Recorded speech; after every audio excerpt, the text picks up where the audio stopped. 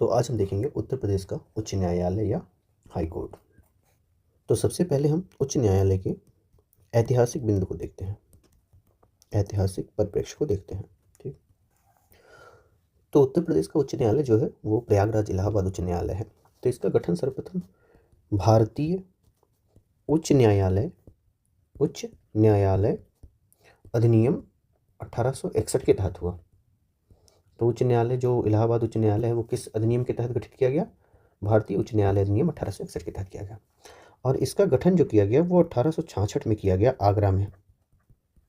ठीक, और ये देश का चौथा न्यायालय था, उच्च न्यायालय था, चौथा हाईकोर्ट था। पहले जो 3 थे वो 1862 में कलकत्ता, मद्रास और मुंबई में बन चुके थे। ठीक, 1862 में ये इलाहाबाद में जो आगरा में स्थापित किया गया 1866 में, वो चौथा था। और फिर 1869 में 1869 में इसको आगरा से इलाहाबाद ट्रांसफ़र कर दिया गया। ठीक, और 1919 में इसका नाम बदल कर रख दिया गया इलाहाबाद उच्च न्यायालय, यानी हाई कोर्ट ऑफ इलाहाबाद। फिर देश आज़ाद होता है 1947 में, तो उसके 1 साल बाद अर्थात 1948 में लखनऊ में एक था अवध कोर्ट, उसका विलय कर दिया गया इलाहाबाद उच्च न्यायालय में। ठीक, तो ये इसका ऐतिहासिक परिप्रेक्ष्य है जिसमें आप पढ़ेंगे कि इलाहाबाद में जो उच्च न्यायालय है इस समय, उसमें अवध का कोर्ट विलय किया गया था 48 आज़ाद हुआ उसके 1 साल बाद, और उसका जो नाम पड़ा था इलाहाबाद उच्च न्यायालय वो 1919 में डाला गया था, यानी कि 1919 का जो अधिनियम आप याद करते हैं ना, उसी के साल। और 1869 में 69 में ये इलाहाबाद में आया था। पहले इसके पहले 1866 में जब स्थापित हुआ था तो आगरा में स्थापित हुआ था। तो ये कुछ इसका ऐतिहासिक परिप्रेक्ष्य था। अब यहाँ से आप पढ़ लेंगे ऐतिहासिक पृष्ठभूमि। 17 मार्च सन 1866 को भारतीय उच्च न्यायालय अधिनियम 1861 के तहत आगरा में स्थापित हुआ था। स्थानांतरण 1869 में इसे आगरा से प्रयागराज ट्रांसफ़र कर दिया गया और 11 मार्च सन 1919 को इसका नाम बदलकर इलाहाबाद उच्च न्यायालय रख दिया गया। ठीक, और 25 फरवरी सन 1948 को अवध चीफ कोर्ट यानी लखनऊ का जो कोर्ट था उसको इलाहाबाद उच्च न्यायालय में विलय कर दिया गया। क्या कर दिया गया? विलय कर दिया गया। अब हम इसका प्रशासनिक आधार देखते हैं। ठीक, तो सबसे पहली चीज़ याद रखेंगे कि इसका मुख्य बेंच जो है, मुख्य पीठ है प्रयागराज में, और खंडपीठ जो इसका है वो है लखनऊ में। लखनऊ, तो मुख्य पीठ प्रयागराज, खंडपीठ लखनऊ। और तीसरा जो फैक्ट है कि न्यायाधीशों की संख्या के हिसाब से, जो जजेस की संख्या है, न्यायाधीश संख्या के हिसाब से यह भारत का सबसे बड़ा फर्स्ट नंबर का, यानी कितने जज हैं? तो मैक्सिमम 160 हो सकते हैं, उच्चतम मैक्सिमम 160 जज इसमें आ सकते हैं। यह भारत का सबसे फर्स्ट हाई कोर्ट है, अतः सबसे बड़ा है, लार्जेस्ट कह सकते हो। चौथा आप देखेंगे कि इसके पहले जो चीफ जस्टिस थे, मुख्य न्यायाधीश थे, उनका नाम था सर वॉल्टर मॉर्गन। ठीक, वॉल्टर मॉर्गन। और जो पहले भारतीय चीफ जस्टिस थे इलाहाबाद के, उनका नाम था मोहम्मद शाह सुलेमान। ये कैसे आप याद करेंगे? मोहम्मद साहब के नाम से मोहम्मद था और अमित शाह के नाम से शाह लिया, और सुलेमान की पहाड़ियाँ तो पाकिस्तान में है, तो मोहम्मद शाह सुलेमान। और प्रेजेंट टाइम के जो चीफ जस्टिस हैं, इलाहाबाद के मुख्य न्यायाधीश हैं, वो हैं अभी 9 यानी 2026 में, वो हैं अरुण भंसाली, न्यायमूर्ति अरुण भंसाली जी। तो अरुण मतलब होता है क्या? सूर्य। तो सूर्य और संजय लीला भंसाली वाला भंसाली याद कर लो। तो अरुण भंसाली क्या है? इस समय के इलाहाबाद उच्च न्यायालय के मुख्य न्यायाधीश हैं। ठीक, तो यहाँ से आप जनरल रिकैप करेंगे प्रशासनिक संरचना इस समय की कैसी है। तो मुख्य पीठ इसका प्रयागराज में है, खंडपीठ जो है वो लखनऊ में है। न्यायाधीशों की संख्या, यह भारत का सबसे बड़ा उच्च न्यायालय है, जहाँ स्वीकृत न्यायाधीशों की अधिकतम संख्या जो है, मैक्सिमम संख्या क्या है? 160 है। और इसके प्रथम मुख्य न्यायाधीश थे सर वॉल्टर मॉर्गन। और प्रथम भारतीय मुख्य न्यायाधीश जो थे वो न्यायमूर्ति शाह मोहम्मद सुलेमान थे और वर्तमान के मुख्य न्यायाधीश हैं माननीय अरुण भंसाली। तो इनका नाम मोहम्मद शाह नहीं, शाह मोहम्मद सुलेमान था, जो पहले भारतीय चीफ जस्टिस थे इलाहाबाद हाईकोर्ट के। अब हम उच्च न्यायालय के संवैधानिक प्रावधानों को देखते हैं।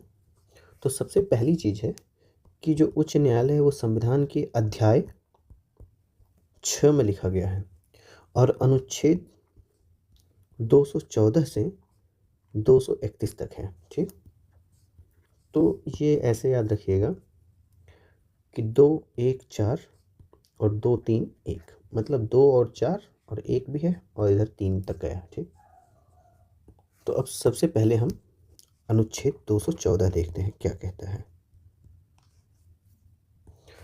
तो अनुच्छेद 214 कहता है, आर्टिकल 214 कहता है कि प्रत्येक राज्य के पास अपना एक उच्च न्यायालय होगा। ठीक, तो अनुच्छेद 214 क्या कहता है कि प्रत्येक राज्य के पास अपना एक उच्च न्यायालय होगा, और यानी कि उच्च न्यायालय का न्यायिक क्षेत्राधिकार उस राज्य की सीमा के अंतर्गत होगा। यानी इस राज्य में जितनी भी न्यायिक शक्तियाँ होंगी सबसे उसका सर्वोच्च कौन होगा? उच्च न्यायालय होगा। जैसे आपने पढ़ा था कि 163 से कि प्रत्येक राज्य का अपना राज्यपाल होगा, तो ऐसे 214 कहता है कि प्रत्येक राज्य का अपना एक उच्च न्यायालय होगा। अब आर्टिकल 215 कहता है कि ये जो उच्च न्यायालय होगा, हाई कोर्ट होगा, ये अभिलेखीय न्यायालय होगा। क्या होगा? अभिलेखीय न्यायालय होगा। अभिलेखीय न्यायालय का होने का मतलब 2 होता है। पहला तो इसकी जो भी प्रक्रिया होगी या जो भी डिसीजन या निर्णय होंगे, मतलब जो भी इसने रूल दिया होगा, ये सब साक्ष्य के तौर पे रखे जाएंगे, हमेशा संरक्षित रखे जाएंगे, साक्ष्य के तौर पे संरक्षित रखे जाएंगे और अपने अधीनस्थ न्यायालयों में इसका उपयोग किया जाएगा। ठीक, कहाँ? अधीनस्थ न्यायालयों में, जो उस उच्च न्यायालय के अधीन होंगे। अभिलेखीय प्रक्रिया के दौरान उनकी रखी गई निर्णयों को साक्ष्य के तौर पर उनके अधीन जैसे जिला न्यायालयों में प्रस्तुत किया जाएगा। अगला कहता है कि इसको अपने अवमानना, यानी कि हमारी आज्ञा का उल्लंघन हुआ है तो अपनी अवमानना के लिए दंड देने का अधिकार होगा, दंड देने का अधिकार होगा। तो अभिलेखीय न्यायालय के अंतर्गत, यानी कि आर्टिकल 215 के अंतर्गत हाई कोर्ट को यह पावर होता है कि उसके सारी प्रक्रियाओं को अभिलेख के तौर पे संरक्षित रखा जाए और अपने अधीनस्थ न्यायालयों में उसका इस्तेमाल किया जाए, और जो कोई भी इसकी प्रक्रियाओं या निर्णयों की अवमानना करे उसे वो दंड भी दे सकता है। ठीक, तो जो न्यायालय की अवमानना में दंड दिया जाता है उसके लिए एक अधिनियम लाया गया था कि न्यायालय अवमानना अधिनियम 1971। इसके तहत अवमानना 2 प्रकार की हो सकती है, या तो वो दीवानी अवमानना होगी यानी सिविल, और या तो आपराधिक होगी। ठीक, दीवानी मामले में क्या होता है कि आप उच्च न्यायालय की किसी भी निर्देश या निर्णय को जानबूझकर न माने। ठीक, तो ये हो जाता है दीवानी मामले। और आपराधिक मामलों में आता है कोई ऐसा कार्य कर दिए या कुछ ऐसा प्रकाशित कर दिए। अगर आप कुछ प्रकाशन करते हैं या कोई कार्य करते हैं जिससे न्यायालय की अवमानना हो, क्या हो? अवमानना हो, या उस पर लांछन लगे, अर्थात न्यायालय कलंकित हो, समझे?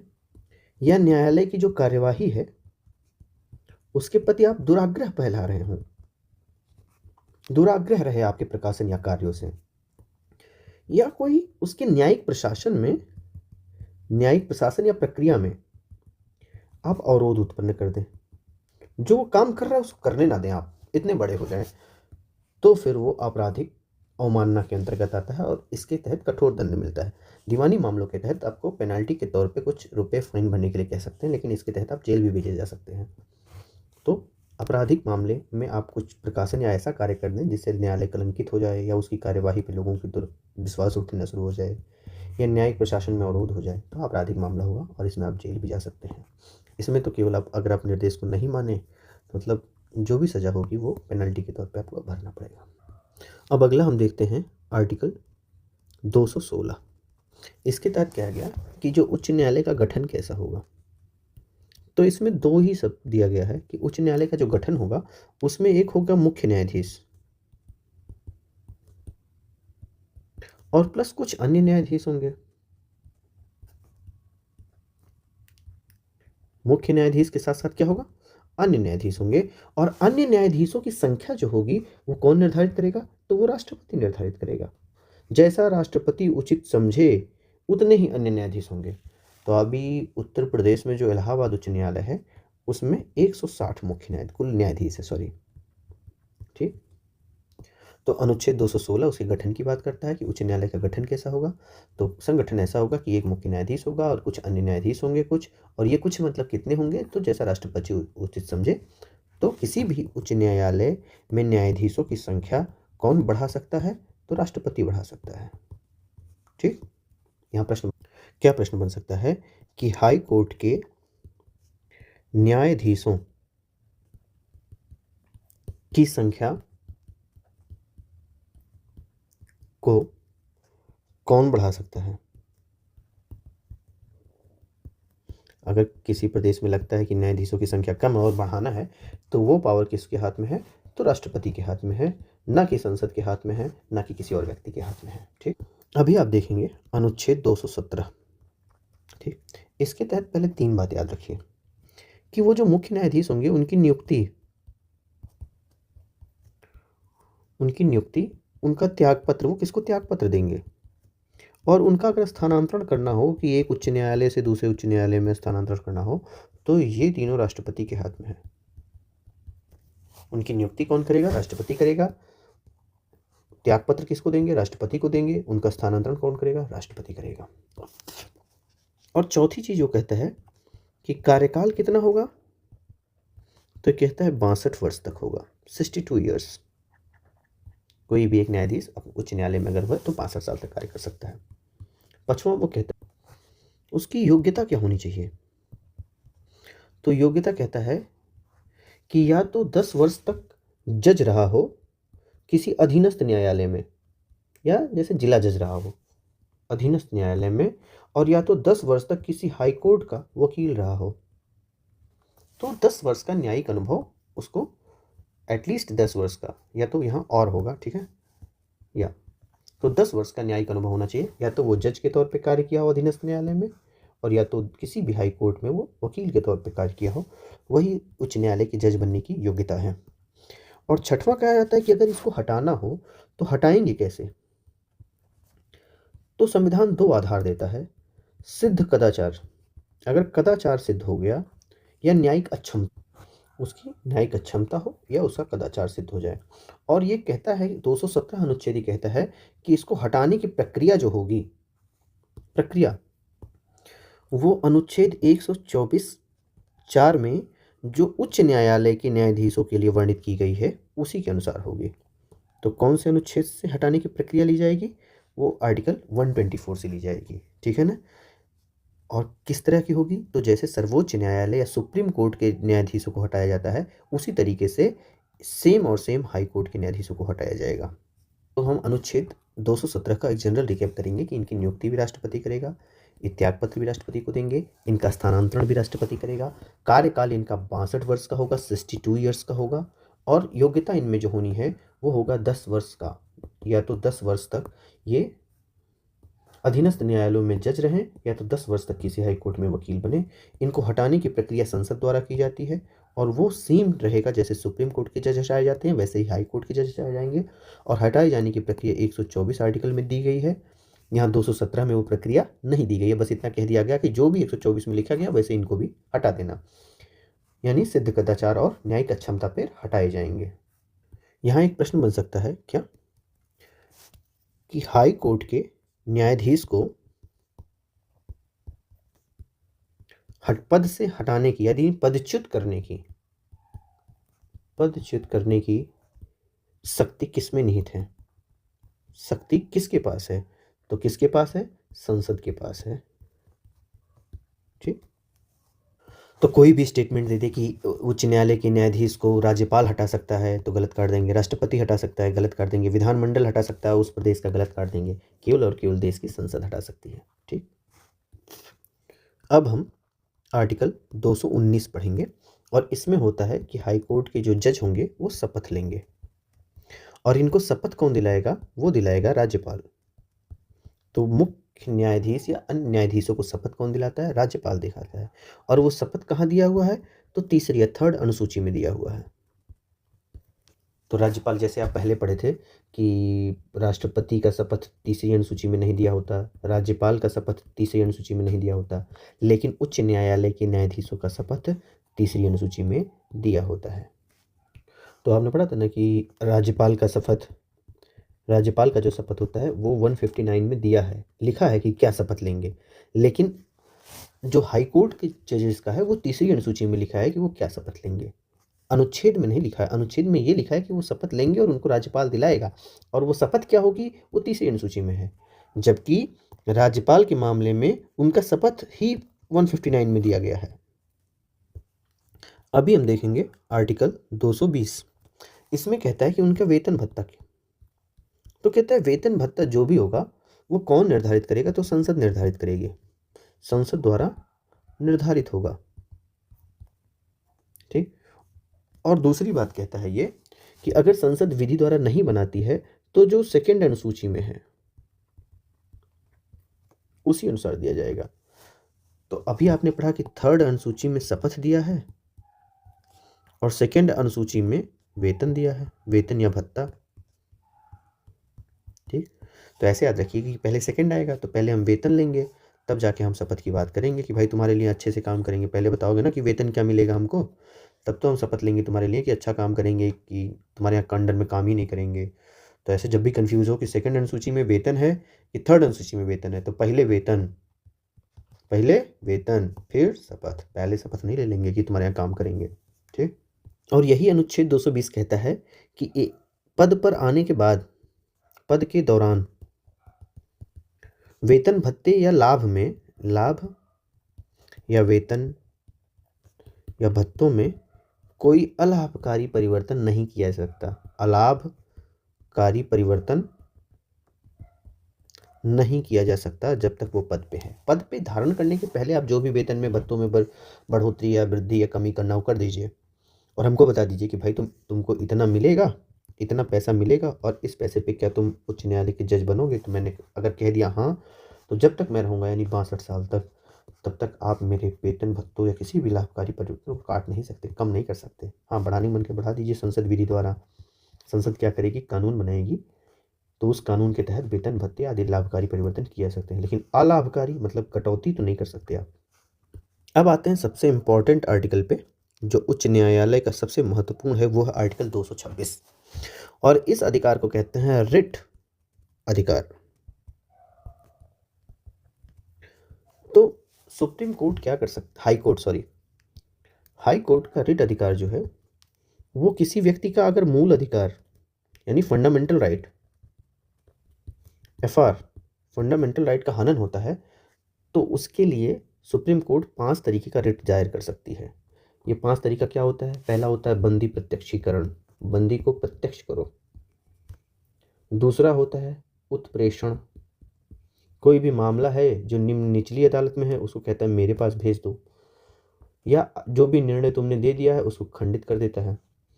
चौथा होता है प्रतिषेध, ये भी होता है कि भाई तुम्हारे औकात की, उच्च न्यायालयों से, निम्न अधीनस्थ न्यायालयों से कहते हैं तुम्हारे औकात की बात नहीं है इस टॉपिक पे फैसला देना, इसमें बहुत सारे संविधान के सार गर्भित प्रश्न है, इसीलिए ये मामला मेरे पास भेज दो। चौथा होता है परमादेश, ये कोई भी संवैधानिक पद पे या अधिकारी या पुलिस कोई ऐसे अपने संवैधानिक पद पे या कार्यवाही कर रहा है और वो अपना काम नहीं निभा रहा है, ड्यूटी नहीं निभा रहा है सही से, यानी अपनी जिम्मेदारी या दायित्व का निर्वहन नहीं कर सकता, तो आप जाइए और याचिका दायर कीजिए हाईकोर्ट में कि मेरा ये अधिकार है कानूनी तौर पे, और ये व्यक्ति जो इस पद पे बैठा है वो बात नहीं मान रहा है। तो हाईकोर्ट एक परमादेश जारी करेगी जिसके तहत इसे कहेगी कि भाई मैं तुम्हें आदेश देता हूँ कि इस व्यक्ति का ये काम कर दो, आप क्यों नहीं कर रहे हो? तो होता है परमादेश। और फिर पांचवा होता है अधिकार परीक्षा। क्या? अधिकार परीक्षा। तो ये 5 तरीके के रिट होते हैं। 5वें में जो होता है वो जैसे कोई संवैधानिक या आधिकारिक पद पे बैठा कोई व्यक्ति होता है और किसी भी व्यक्ति को, प्रदेश से किसी भी व्यक्ति को लगा कि इस पोस्ट पे जो ए आदमी बैठा है वो गलत तरीके से बैठा है, इसका अधिकार नहीं है कि वो इस कुर्सी पे बैठे, तो वो जाके हाई कोर्ट को बताता है कि साहब हमको तो शक लग रहा है कि इस पद पे ये बैठने के योग्य भी है कि नहीं योग्य है। तो हाई कोर्ट एक रिट जाहिर करके उसे पूछेगा कि भाई तुम्हारा क्या अधिकार है इस पे बैठने के लिए, वो जांच करेगा। तो अगर सत्य पाएगा तो इस ए व्यक्ति को यहाँ बैठने देगा, वरना उसको यहाँ से हटा देगा। तो हाई कोर्ट क्या कर सकता है कि किसी व्यक्ति का मूल अधिकार अगर बाधित हुआ तो रिट दायर कर सकता है 5 तरीके का, और या तो कोई उसका विधिक अधिकार अगर कोई संकट आया हो विधिक अधिकार के समक्ष, तो ये 5 तरीके के रिट दायर कर सकता है हाई कोर्ट। ठीक, एक क्वेश्चन बनता है कि सर्वोच्च न्यायालय की रिट अधिकारिता अधिक होती है कि उच्च न्यायालय की। ठीक, तो सुप्रीम कोर्ट की उच्च अधिकारिता जो भी होती है रिट के संबंधी में, वो उच्च न्यायालय से कम होती है, यानी कि हाई कोर्ट की रिट अधिकारिता अधिक होती है। अकेला यहाँ है हाई कोर्ट जहाँ पे उसकी कुछ चीज़ें पावर अधिक हैं सुप्रीम कोर्ट से। ठीक है, यानी कि आप ऐसे लिख सकते हैं कि रिट अधिकारिता में सुप्रीम कोर्ट थोड़ा कम है और हाई कोर्ट ज़्यादा है। क्यों? क्योंकि सुप्रीम कोर्ट जो है ना वो केवल मूल अधिकार के हनन पर ही रिट जारी कर सकता है, लेकिन हाई कोर्ट जो है वो मूल अधिकार और विधिक अधिकार, मतलब कानून द्वारा दिया गया कोई अधिकार भी है उसका हनन हो रहा है तो भी वो रिट जारी कर देगा। तो यहाँ एक प्रश्न बनता है कि रिट अधिकार उच्च न्यायालय हाई कोर्ट का अनन्य अधिकार है। अगर आपके सामने ये स्टेटमेंट दिया हो तो आप इसको सही करेंगे या गलत? तो आप कहेंगे नहीं ये गलत है।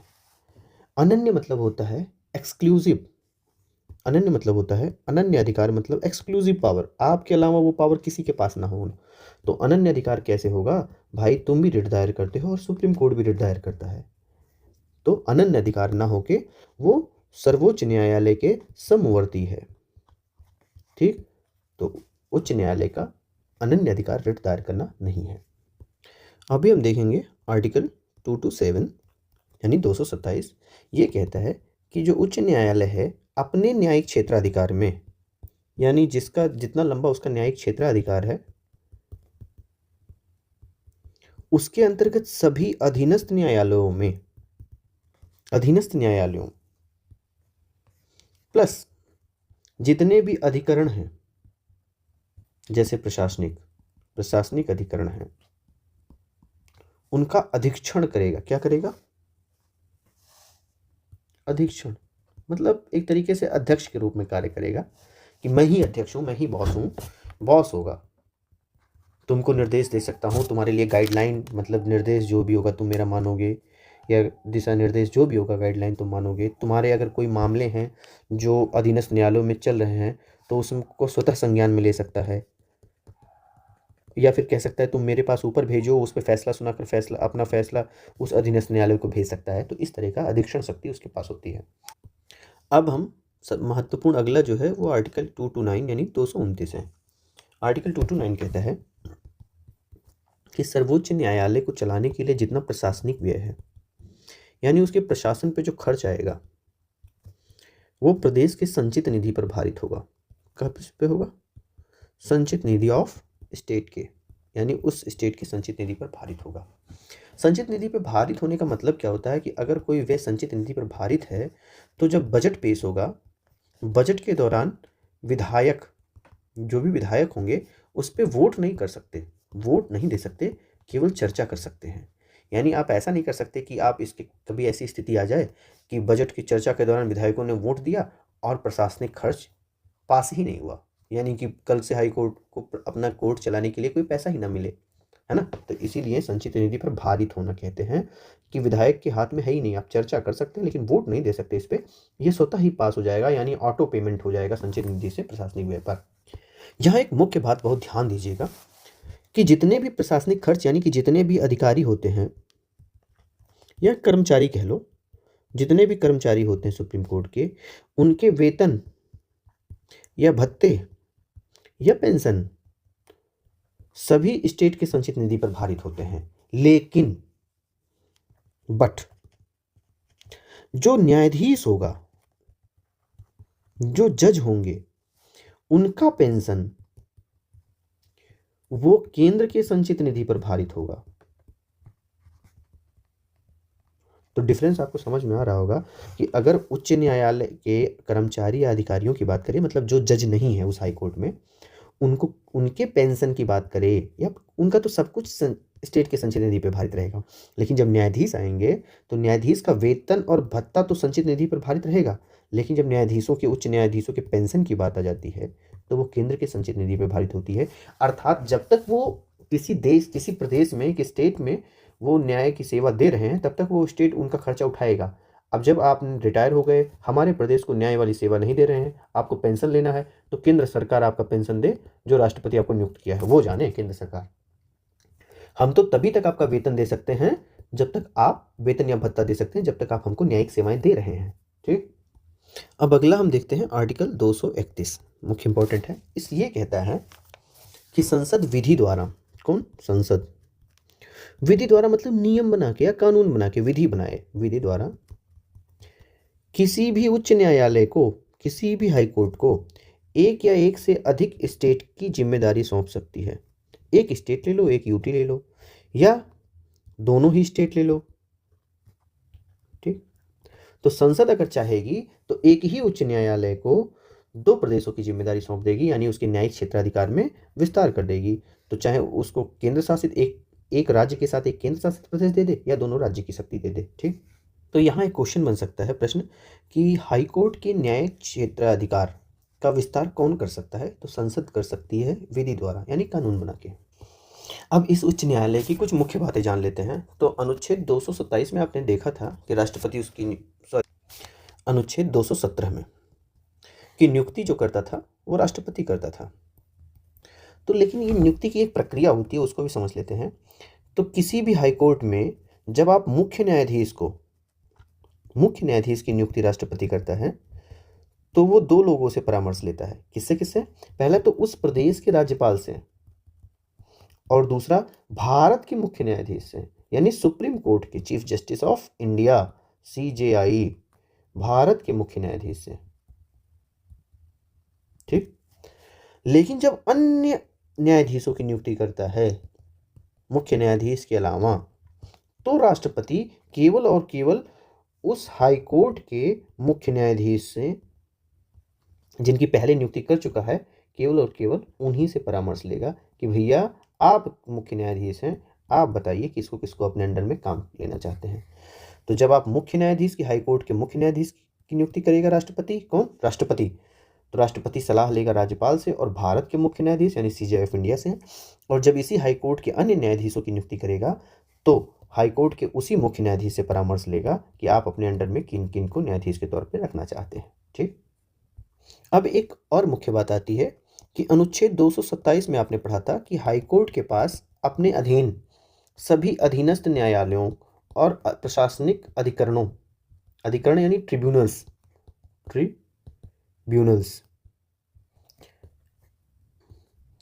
का अधीक्षण की जिम्मेदारी होती है ना, अधीक्षक होता है। लेकिन अपने ही न्यायिक क्षेत्राधिकार में, यानी कि अपने ही स्टेट में, वो अगर कोई सैन्य न्यायालय है और या सैन्य से रिलेटेड कोई अधिकरण है तो उसका अधीक्षण नहीं करेगा, उसका अध्यक्ष नहीं बन सकता। सैन्य न्यायालयों को कोई गाइडलाइन या सैन्य अधिकरणों को कोई गाइडलाइन जारी नहीं कर सकता या उनके मामले स्वयं नहीं ले सकता। ठीक, अभी आप पढ़ेंगे, इसके पास, हाई कोर्ट के पास कुछ मूल अधिकारिता होती है। मूल अधिकारिता मतलब इनसे संबंधित जो भी वाद होते हैं वो सीधे हाई कोर्ट में दाखिल किए जा सकते हैं। ठीक, ऐसे वाद सीधे उच्च न्यायालय में दाखिल किए जा सकते हैं बिना कहीं और दाखिल किए। तो कौन कौन से वाद होते हैं? तो जैसे पहले कि हाई कोर्ट की अधिकारिता, हाई कोर्ट कहता है कि अगर मेरी अधिकारिता पे कोई प्रश्न आया कि ये मेरे अधिकार क्षेत्र के अंतर्गत है या नहीं है, तो उसका निर्णय सीधे मैं करूंगा, कोई अधीनस्थ न्यायालय नहीं करेगा। ठीक, अधीनस्थ न्यायालय के पास मत जाओ। दूसरा कहता है कि मेरे अधिकारी क्षेत्र में जितने भी सांसद या विधायक के चुनाव होंगे अगर इनके चुनाव संबंधित कोई दिक्कत आई तो वो सीधे हाई कोर्ट देखेगा, कोई भी लोअर कोर्ट नहीं देखेगा। मतलब ऐसे वाद सीधे हाई कोर्ट में आएंगे। ठीक। अगला कहता है कि अगर मेरे न्यायिक क्षेत्र में यानी मेरे स्टेट में या मेरे राज्य में किसी भी नागरिक का मूल अधिकार यानी fundamental right FR fundamental right का हनन होता है तो वो सीधे मुझ तक पहुंच सकता है, किसी अधीनस्थ न्यायालय में जाने की जरूरत नहीं है। ठीक। और चौथा कहता है कि अगर संविधान की व्याख्या है, किसी ऐसे वाद में संविधान के प्रावधानों की व्याख्या करनी है तो आप अधीनस्थ न्यायालय के पास ना जाकर सीधे हाई कोर्ट में आइए। पांचवा है कि अगर उस राज्य में राजस्व राजस्व माने जो भी रेवेन्यू कलेक्ट होना है, राजस्व से संबंधित कोई बात है, राजस्व संग्रहण से संबंधित कोई बात है तो आप सीधे सुप्रीम कोर्ट में जा सकते हैं, अधीनस्थ न्यायालय में जाने की जरूरत नहीं है। तो मूल क्षेत्राधिकार उच्च न्यायालय का क्या है, आप मोटा मोटा समझ गए कि अगर उच्च न्यायालय की अपनी अधिकारिता कि कौन से क्वेश्चन मैं सुनूंगा, कौन से मतलब टॉपिक पे मैं डिसीजन लूंगा, ये खुद मैं डिसाइड करूंगा। इसको कोई अधीनस्थ न्यायालय नहीं डिसाइड कर सकता क्योंकि मैं अधीक्षक हूं सबका। या सांसद या विधायक का चुनाव हुआ तो भी मैं डिसाइड करूंगा। मूल अधिकार किसी फंडामेंटल राइट किसी हमारे नागरिक का हनन हो गया तो भी मैं डिसाइड करूंगा। संविधान की व्याख्या करना है तो आप अधीनस्थ न्यायालय में बिल्कुल मत जाइए, सीधे सुप्रीम हाई कोर्ट आइए। या राजस्व से कोई संबंधित दिक्कत है या वाद है तो आप हाई कोर्ट जाइए। अभी क्या है, मूल अधिकार के साथ साथ अपीलीय अधिकार होते हैं, अपीलीय अधिकारिता होती है ऑफ हाई कोर्ट। एचसी के अपीलीय अधिकार क्या होते हैं? तो पहला तो दीवानी मामलों का भी अपीलीय अधिकार होता है और दूसरा फौजदारी या आपराधिक जो भी होता है फौज। तो किसी भी अधीनस्थ न्यायालय में जैसे जिला न्यायालय या अपर जिला न्यायालय, ठीक, या सत्र न्यायालय या अपर सत्र न्यायालय, यहाँ सबसे जो भी फैसले लिए गए हैं आपके खिलाफ उसका आप अपील हाईकोर्ट में जाके कर सकते हैं, चाहे वो दीवानी मामलों में हो चाहे फौजदारी मामलों में है। अभी आप ये जानते हैं कि नहीं जिला न्यायालय किसे कहते हैं और सत्र न्यायालय किसे कहते हैं? तो जिले पर एक ही न्यायालय होता है जिसको कहते हैं जिला एवं सत्र न्यायालय। ठीक। जब वो दीवानी मामलों को सुनता है तो उसको कहते हैं जिला न्यायालय, और जब वो फौजदारी मामलों को सुनता है तो उसे कहते हैं सत्र न्यायालय, है ना। आप देखे होंगे जिला पे अगर डिस्ट्रिक्ट कोर्ट को तो लिखा होगा district and session court, district and session court यानी जिला एवं सत्र न्यायालय। तो जिला का मामला है तो दीवानी, और अगर सेशन कोर्ट लिखा है तो फौजदारी मामलों को जब सुनता है तो वही कोर्ट सेशन कोर्ट कहा जाता है। ठीक है। अभी फौजदारी मामले सुनते समय कि अगर आपको 7 वर्ष से अधिक जेल हो गई है तब जाके आप हाई कोर्ट में अपील कर सकते हैं, या आपको मृत्युदंड मिल गया है तो कंफर्म है कि एचसी उस पर अपने अपीलीय क्षेत्राधिकार का इस्तेमाल करके उसे जरूर जांचेगा। ठीक। किसी को मृत्युदंड केवल अधीनस्थ न्यायालय के देने से नहीं होगा, वो हाईकोर्ट जाएगा ही जाएगा, चाहे याचिकाकर्ता उसे दायर करे या न करे, फिर भी एचसी उसे जांचेगा। तो हम हाईकोर्ट का एक क्विक रिकैप करते हैं। पहला था कि 1861 के अधिनियम के तहत बना था, 1866 में ये आगरा में स्थापित हुआ था, और फिर 1869 में इसे प्रयागराज में ट्रांसफर कर दिया गया था, और 1919 में इसका नाम बदल कर रखा गया कि इलाहाबाद उच्च न्यायालय, और 1948 यानी आज़ादी के 1 साल बाद इसमें अवध चीफ कोर्ट का विलय कर दिया गया था। ठीक। फिर हमने देखा कि इसमें 160 जजेस हैं मैक्सिमम, जो भारत की सबसे बड़ी उच्च न्यायालय है।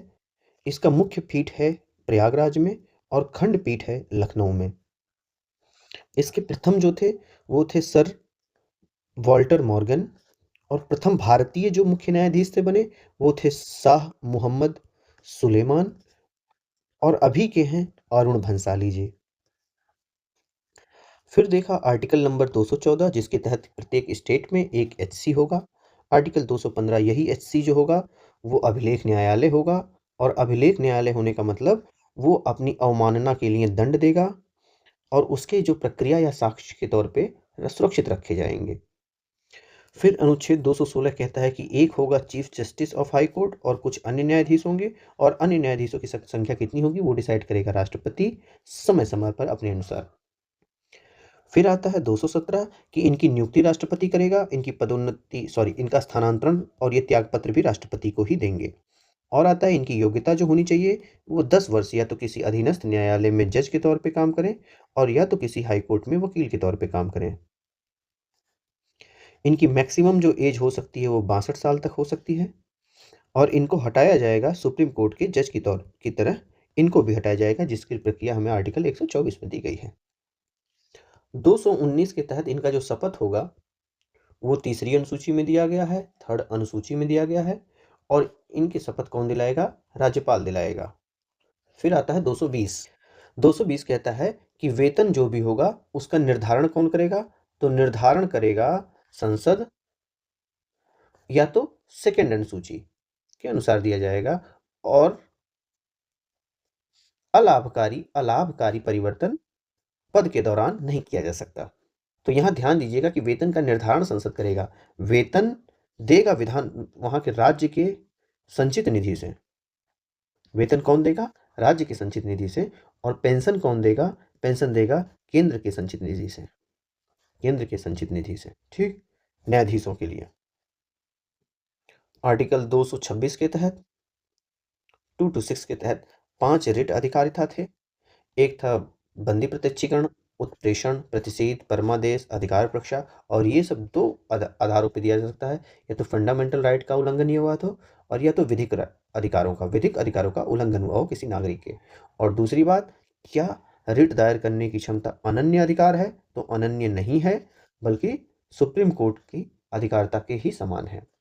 था फिर हमने देखा था कि आर्टिकल 229 क्या कहता है? आर्टिकल 229 कहता है कि जो प्रशासनिक व्यय है यानी एडमिनिस्ट्रेटिव खर्चे जितने भी हैं, यानी अधिकारियों और कर्मचारियों का वेतन भत्ता आदि है, वो संचित राज्य के संचित निधि पर भारित होगा। संचित निधि पर भारित होने का मतलब चर्चा कर सकते हो, वोट नहीं कर सकते। और फिर देखा आर्टिकल 231 जो लास्ट आर्टिकल है, इसके तहत संसद क्या कर सकती है? किसी भी हाई कोर्ट को एक अन्य स्टेट या किसी अन्य यूटी की जिम्मेदारी, स्टेट के साथ साथ किसी स्टेट या यूटी की जिम्मेदारी सौंप सकती है कि आप इसको भी देख लीजिए। और ये अधिकार दिया गया था 7वें संविधान संशोधन सन 1956 से। ठीक, संसद विधि बना के यानी कानून बना के किसी भी हाई कोर्ट को अपने मूल जिस जिस स्टेट में वो है उसके साथ साथ किसी अन्य स्टेट या यूटी की जिम्मेदारी सौंप सकता है। अब हमने पढ़ा था कि मूल क्षेत्राधिकार। तो मूल क्षेत्राधिकार में पहला था कि उच्च न्यायालय की अधिकारिता, दूसरा था कि सांसद या विधायक का चुनाव, तीसरा था राजस्व से संग्रहण संबंधित, राजस्व संग्रहण या जनता की मूल अधिकार का कोई उल्लंघन हुआ हो या न्यायालय की अवमानना हो या संविधान की व्याख्या करनी हो। ये सब उच्च न्यायालय की मूल अधिकारिता है।